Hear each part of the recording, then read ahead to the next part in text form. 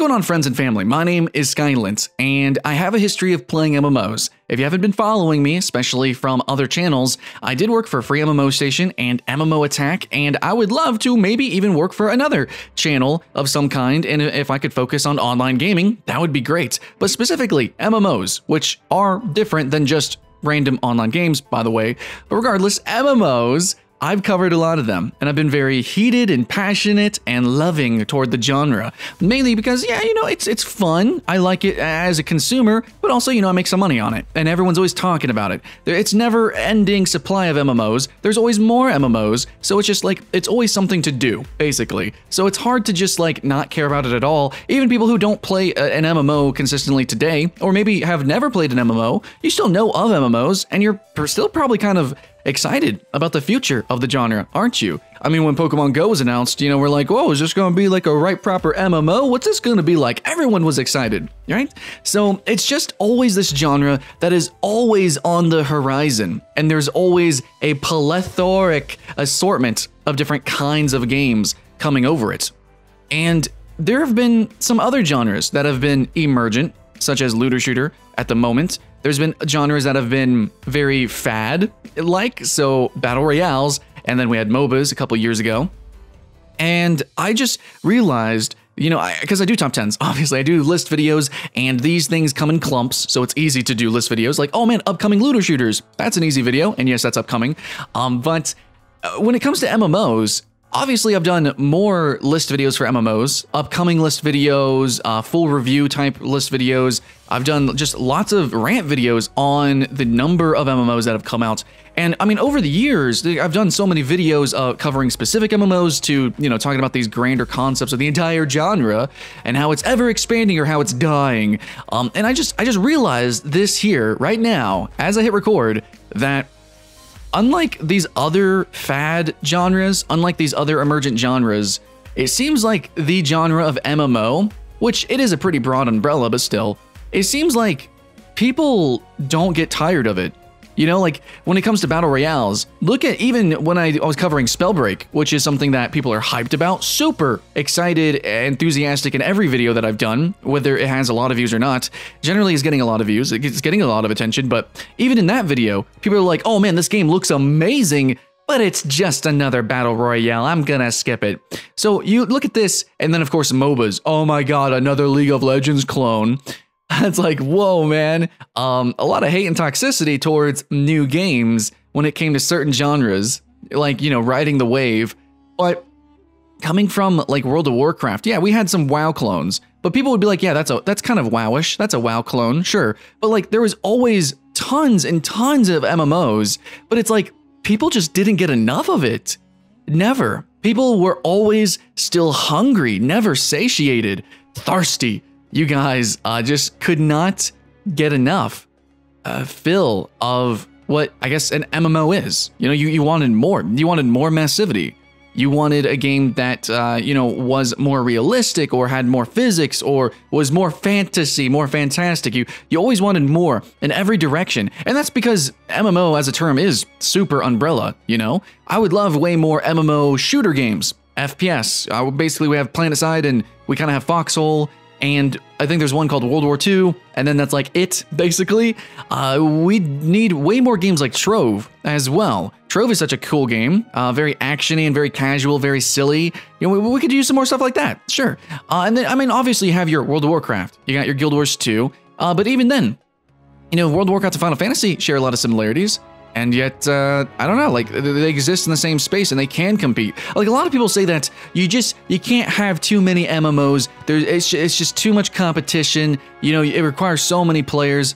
And I'm thinking, like, I don't know about that, man. I mean, to be considered massive, what is that, 100 players on a server? So if a game can hold, like, you know, 200, 300 players, and, like, that's a consistent player count, I mean, I don't know, man. Depending on how it's designed, that could be really freaking good, right?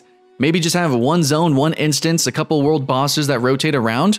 I don't know. That's technically massive. You can have fun. Realm of the Mad God. Hey, guys. there's a nice little MMO that you can play. It's actually stupid popular, but I'm just saying, it was a micro MMO that really worked out. So there's like so many shapes and sizes that MMOs can come in, and I think we all know that we have yet to see the full potential of any one of those shapes and sizes, and we all know we have not seen all of the colors, the full spectrum of what MMO has to offer. We absolutely know it.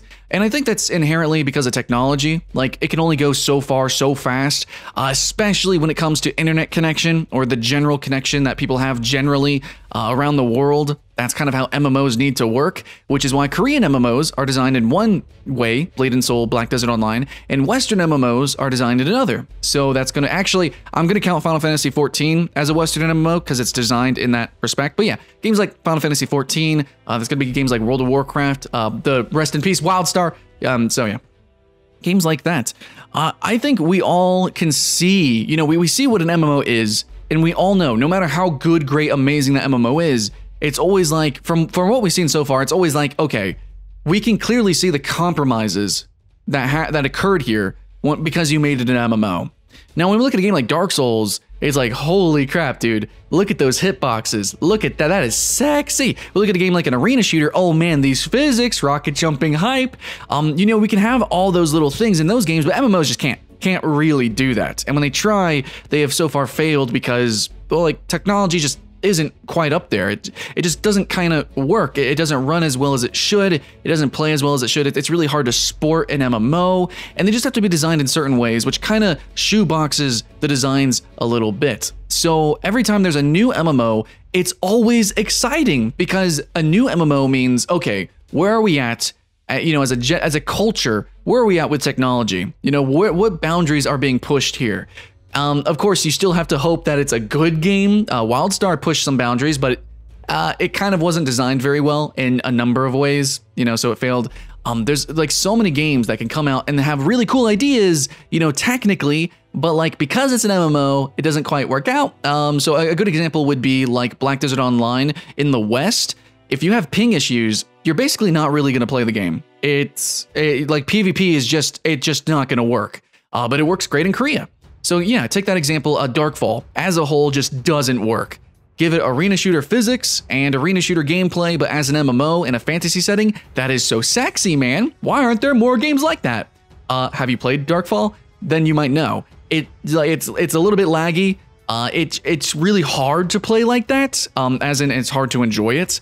And, you know, there's a number of other reasons why that game failed. There are all these games either fail or why they're not as successful, sure.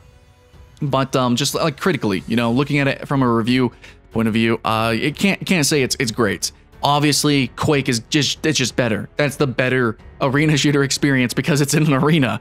I'm not saying that an MMO can't have that. It could be really cool. It's just, are we there yet? I don't know. We got to wait for the next MMO to, you know, show us otherwise. And, you know, we're kind of seeing this with some new MMO, right? With like Crowfall. Crowfall had some really big ideas, and then they had to kind of scale back the action because it wasn't really working out. And I'm actually really dubious about Crowfall and the future of that. A lot of gameplay looks really trash, frankly. But the ideas are really cool. And I think that's the thing, guys, is that we love ideas. We love the future, you know, just period. Sci-fi, fantasy, we just love imagining, you know, what's over on that horizon.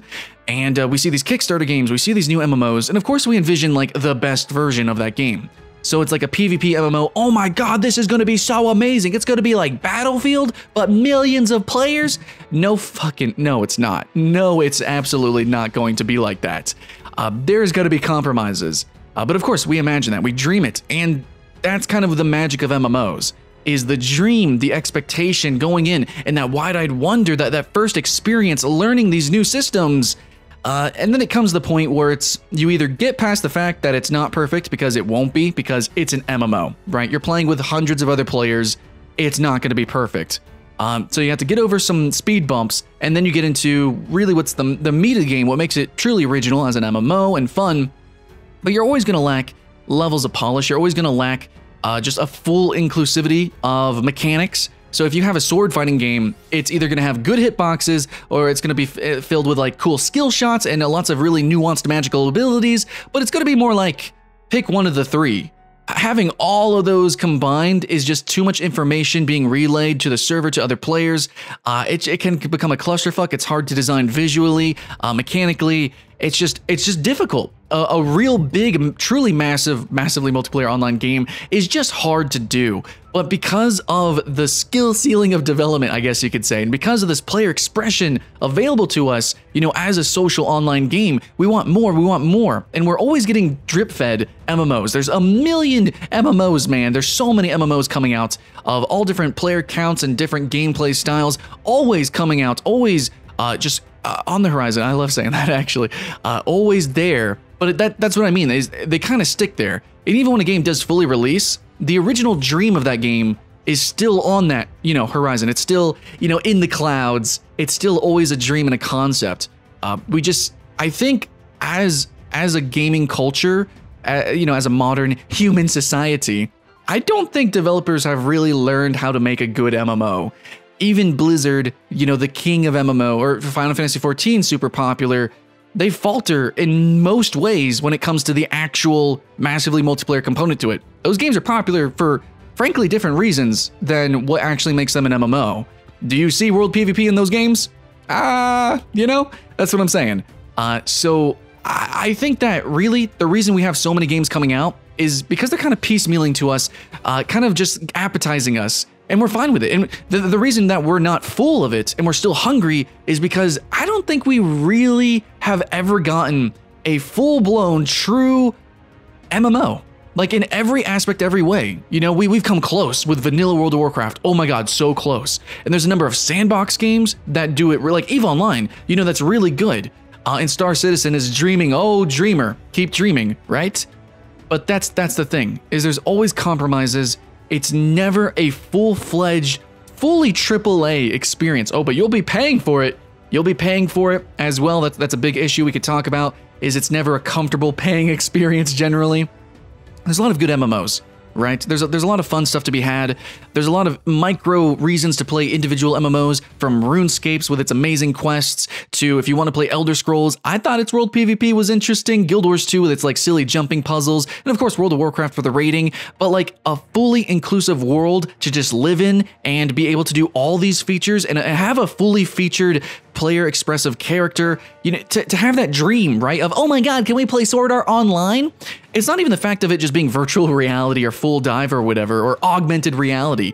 None of that matters. I think that even at a base face value, we really haven't had a good MMO in a long time. One that actually full-fledged gave us the massive experience. So that's something that I would really appreciate. A game that is hyper-focused, that does what it wants to do and does it right. And we do have a couple of Kickstarter games that, of course, are promising that. Crowfall promising a really massive experience. Ashes of Creation is the obvious main one as well that we could pinpoint and show a spotlight on, and many others. But that's how it always is, isn't it? The MMO genre is always like that. It's always filled with dreamers, developers and players alike. There's always more, and we're always hungry. And maybe that's okay, because I'm somebody who loves experimenting. I love trying different things. But then again, the pure concept of an MMO is a game that you live in. It's online, it's a community, and you should do lots of different cool stuff in it, but it should, like, it needs to be livable, it needs to be realistic in some ways, it needs to be deep, it needs to just be a bigger game, maybe. I don't quite fully believe that. I think light games, even like Realm the Mad God, is really fun, but I'm just saying, there is so much room when it comes to that concept of a massively multiplayer online game. What can we do in this type of game? And frankly, just because of technology, so far, we can't do a lot. And I think it's kind of sad. We can design around it, of course. Your Realm of the Mad Gods, your RuneScapes, we can design around it. But it's been a while since we've had anything really, I think, truly innovative when it comes to the online aspect. You know, how many players? What can we do? Star Citizen is a hope. Ashes of Creation is a hope. But of course, that's kind of how it always is. That's my rant, guys. Stay hungry. Whatever game you're playing now and later and forever or dreaming about, keep having fun, my dudes. I'll see you in the next one.